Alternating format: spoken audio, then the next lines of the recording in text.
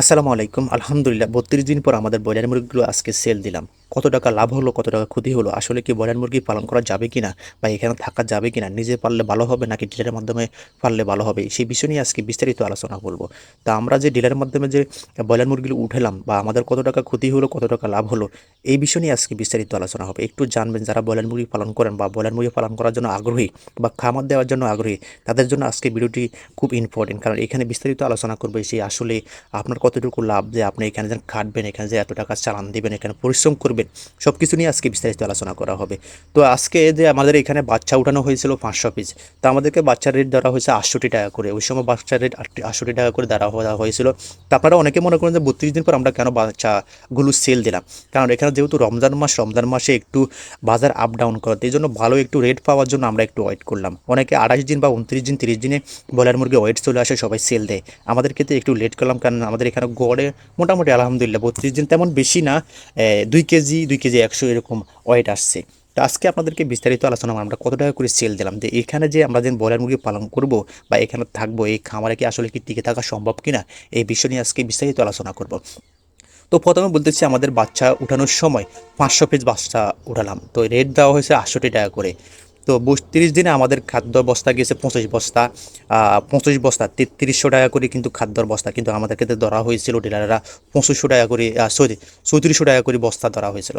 তা আমরা এখানে প্রতি কেজিতে ধরেন আমাদের মুরগির ওজন হয়েছিল 816 কেজি, 816 কেজি মোট হয়েছিল 450 পিস।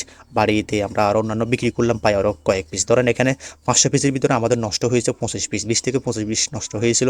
মোটামুটি ধরেন যা হয়েছিল একটু বেশি হয়েছিল, যেহেতু নতুন খামারি একটু বেশি হওয়ার কারণ। তো যেহেতু এখানে আমাদের 25 পিসের মতো নষ্ট হয়েছিল, আমাদের মোট আমরা সেল দিলাম 450 পিস। 450 পিসের ওজন হয়েছিল 816 কেজি। তো আমাদেরকে রেট দেওয়া হয়েছিল 816 কেজির দাম 166 টাকা করে। 166 টাকা করে আমাদের মুরগির বিক্রি আসে 1,33,824 টাকা। খাদ্যের 50 পিসে 25 বস্তা দাম দিচ্ছে 3400 টাকা করে, দিলেন 85,000 টাকা আমাদের খাদ্যর বস্তার দাম আসে। অন্যান্য ক্ষেত্রে যেমন ধরেন অন্যান্য ডিলাররা 3200 3200 করে এমন ধরা হয়। তো আমাদের এখানে যে ডিলার আছে ও আমাদেরকে একটু বেশি জুলুম করা হয়েছিল, 3400 টাকা করে বস্তার রেট দেওয়া হয়েছিল। এখানে বস্তা খাদ্যের দাম আছে 85,000 টাকা। তো বচ্চার দাম হয়েছিল 5 গুণ 34,000 টাকা। তো আমাদের ওষুধ, অন্যান্য ওষুধ আসছিল 1800 টাকা। মোট আমাদের সব কিছু মিলাই আমাদের 1,33,900 টাকা। তো এখান থেকে যেমন ধরেন আমাদের বিক্রি আইছিল 1,22,770 টাকা। তো অবশিষ্ট আমাদের কাছে 11,130 টাকা মানে আমাদেরকে ডিলার দেওয়া হয়েছিল।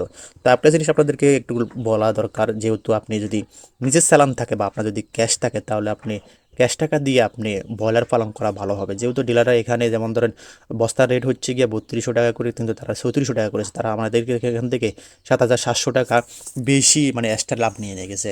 তো অন্যান্য ক্ষেত্রে তো আরও বেশি আছে, যেমন ধর বেচারের যদি 800 টাকা হয়, তারা কিনা হয়েছে তাদের 62 টাকা করে, তারা এখান থেকে 8 টাকা করে, অনেক বেশি, অনেক অনেক এখান দিয়ে 500 হাজার পায় তাদের।